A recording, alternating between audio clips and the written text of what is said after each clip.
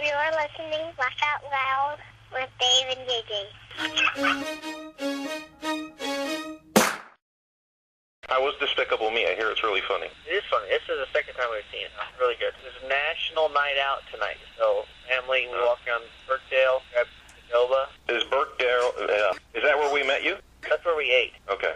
All right. They No, had that a was bunch dinner. of little blow-up slides, little things, and Yeah. State Farm had an area where you could take your child and get her picture shot, fingerprint. Oh, no way. In case if you ever have issues. Oh, so you're really serious about saying it was a National Night Out thing? Yeah. Oh, okay. I didn't know if you were just kidding around. No. Why do you always think of a kidding around? I don't know, man.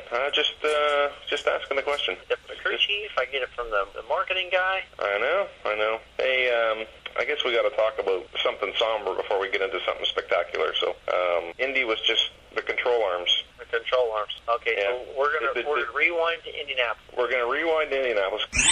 Well, it's one of those weekends you just try to forget, but I know. you brought it up. It was a lot of work for nothing, basically. The guys worked pretty hard for about 2 weeks trying to get that particular car ready for Indy. That was a new car that we'd never run, and they brought some special pieces to try to get the weight down in the car, Yeah. and the front lowers were fabricated, Mm-hmm.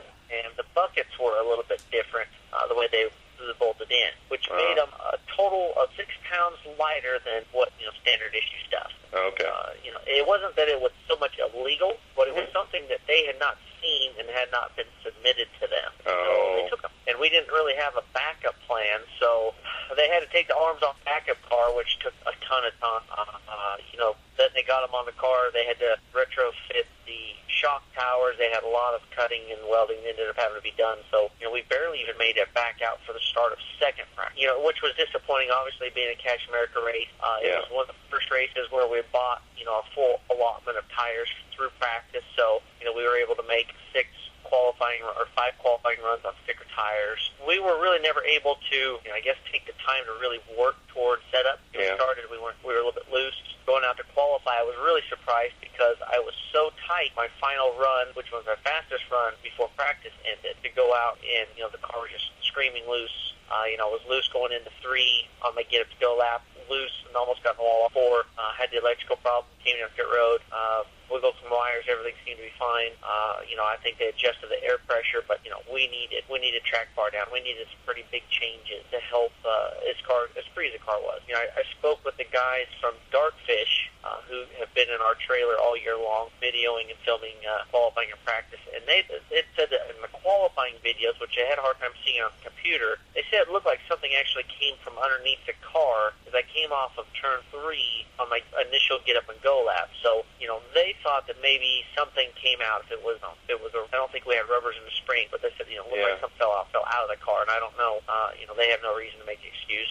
Obviously, I was really baffled. Difference between the way the car handled between the practice and what qualifying was, because we didn't really change much qualifying. I don't have to ask this question because I'm sure, obviously that you were terribly upset that you didn't make the race because the whole event on trackside was awesome. I'm not sure if you got to actually watch it back, but I think the guys did really good, and the questions you answered were awesome, and Cash America sounded great, and everything was really looking good. And then I just thought, wow, we beat up poor Burns there on Twitter to death. I feel you didn't end up making the show, so it was kind of disheartening, but that's it was, okay. And there was something that obviously people didn't see from the trackside live, which I didn't realize isn't live. No, it isn't live. An hour delayed. Yes, but yeah.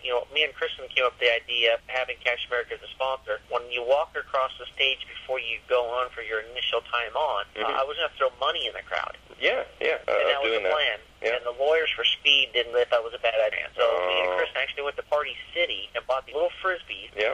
And we taped $5. There was 2 different size frisbees. The 3-inch frisbees had $5 taped to the underneath of them, which I had autographed and put the number on. The bigger frisbees had $10 taped to them. So I actually threw a total of $200 into the crowd, and they were fine with that as long as I didn't say that there was cash or money on the frisbee. So I said, here was a gift from our sponsors, threw them in the crowd. It was awesome. I kept 3 frisbees when I was was on stage talking with the guy. Yep. And McReynolds had noticed that there was money underneath him, and between him and I think DW, they said, "You're throwing cash in the crowd." But when they said that, they actually had cut the first probably 2 minutes from when I walked across stage, when I walked up and sat down. They had to cut and rewind and start over because they said there was money on it, which kind of stunk because that was the whole, the kind of the lead-in for, a cool thing Cash for Cash America. America and pay it forward, and, we're kind of giving money to the crowd and all for naught. So basically $200 was cool, and hopefully it was a pay it forward type of situation, but, we didn't get a lot of credit for it on time. Okay, so moving on past Indy, we're going to Pocono. Man, I was stoked. I thought you did an awesome job. You got the pole for the Go or Go Homers. Yes, as I said at the racetrack, and even today, King of the Dinglings. That's us. King of the Dinglings. King of the Dinglings. That what? That's gonna stick. You had a great starting spot, and I'm sure everybody was really proud. I mean, seeing you starting 30th is huge, and obviously we know that the team isn't able to run the whole race and be as competitive as they want to be just yet because of sponsorship dollars. But you keep starting spots like that, and I don't think there's going to be any issues. The door is going to be knocking soon. Well, I hope so, and obviously it was a good lap. The guys brought a completely different setup to Pocono. Something very similar, I think, to what some of the bigger teams running, maybe the Ganassi team, some of maybe even part of the Hendrick stuff. Obviously that's the benefit of having a guy like Tony Furr who has a lot of knowledge, but also has a lot of friends over the years to the garage. So, some of the things that, maybe another crew chief in the position he's in with Whitney Motorsports wouldn't be able to pull off. Right. Stuff he found out, made some changes, and when, the car is a little bit difficult to drive, but the changes help the aero side of it, which makes a tremendous difference for us being down on power. So exactly, if we can streamline the car a little bit for a little more speed, then, it's almost like, adding another 15, 20 horsepower to the engine.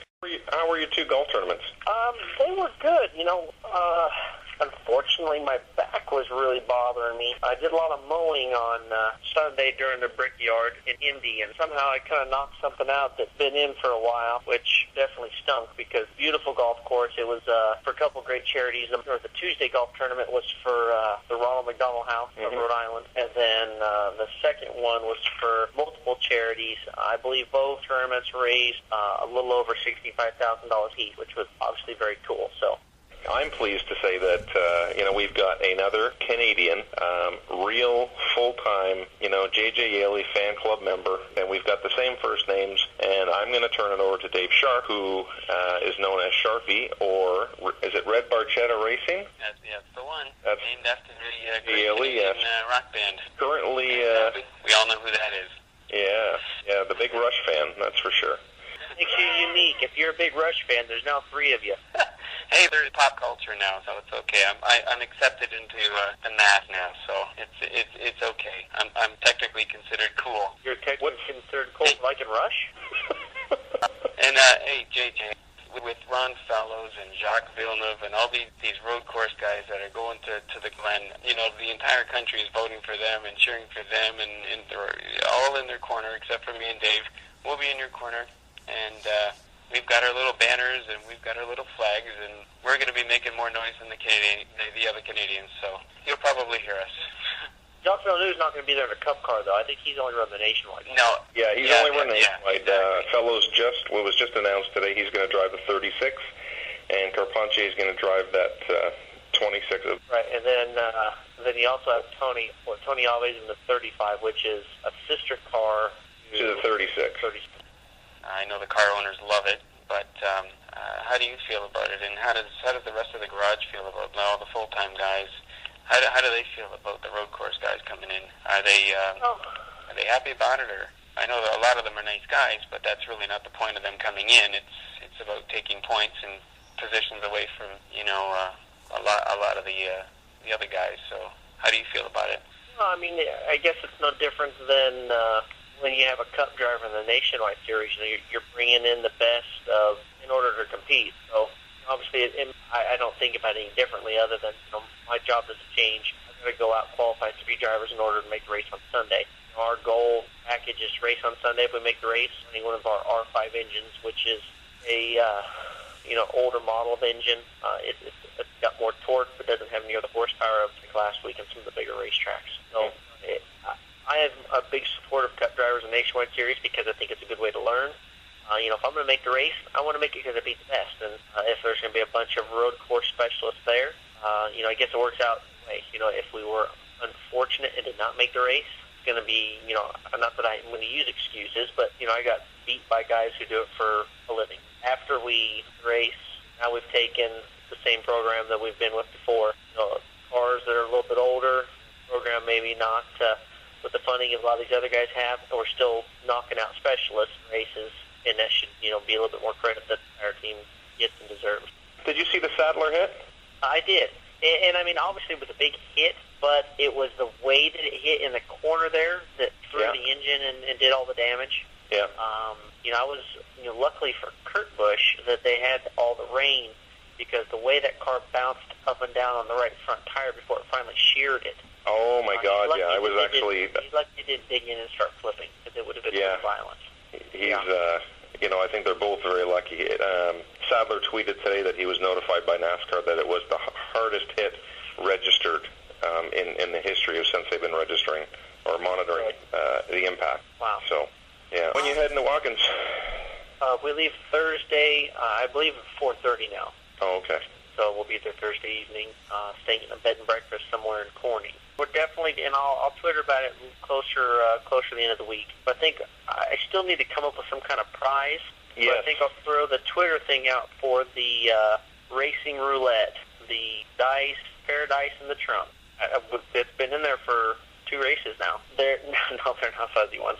The regular size dice, official size dice, and they're in a a little tiny plexiglass box that's it's in the back of the trunk near the fuel cell. And it was just every time you come in, especially on practice day, you come in when you put tires, you pop the trunk lid, you put fuel, and they just thought it'd be something cool to do. And so after every practice, we'll draw a number or guess a number and see who wins. And it took quite a while. With only five guys on the team drawing, it took, I think, until the 3rd or 4th run before someone finally got the number. So we'll do something fun, and we'll make it official. Obviously there'll be only 12 numbers. Whoever gets the first tweet in on the correct number will be the winner. So there we go. Do we? I know this because I follow other people, but like Allmendinger, who else am I following? That's a driver. Montoya. They got guys actually tweeting on their accounts during the race, and then really? at the end of the thing, it'll say like PR. AJ in for 4 tires. AJ says he's loose. Montoya is asking why he's taking 4 tires when he should have taken 2 weeks in a row. Yeah. So, someone needs to do that for you. Well, I mean, we're already pretty limited on people. Okay, I'll do it. So that makes it a little bit difficult. All right, I'll do it this week. Okay, well, I'll leading into this weekend, I'll go ahead and nominate Dave. Okay, all right. I'll do it. Hey, which one? Can you second that nomination? Or? I'll second it. Yeah. Hey, you're at 1,385. On what now? You're 1,385. 1,385. Remember when we got to 200? That was about 1,185 ago. Yeah. I even retweeted a couple people this morning. Or I sent direct messages. That's what I did. Oh. Yeah, Look at I'm you. on top of it now. That's amazing. So you know what you can do? What we'll do is we'll do it after qualifying.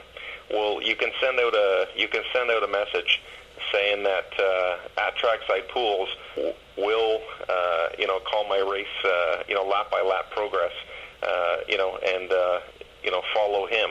Oh, okay. And then I'll keep everybody. I mean, I got 70 followers, so I mean, you got me beat. So. And best of luck to you this weekend. I'm definitely pulling for you. It's a lot more fun to watch a race with you in the field. So, best of luck to you. We're gonna make it good. Make it fast and spectacular. Whole race this weekend? Yeah, if we make a race, we're gonna run the entire race. In Bristol, we will run the. Awesome. You have a safe trip up. All right, you guys take care. Thank you again. Okay. Yeah. Thanks, JJ. Bye-bye. Take care, Sharpie. Yeah, you too, Davey. Thanks, bud.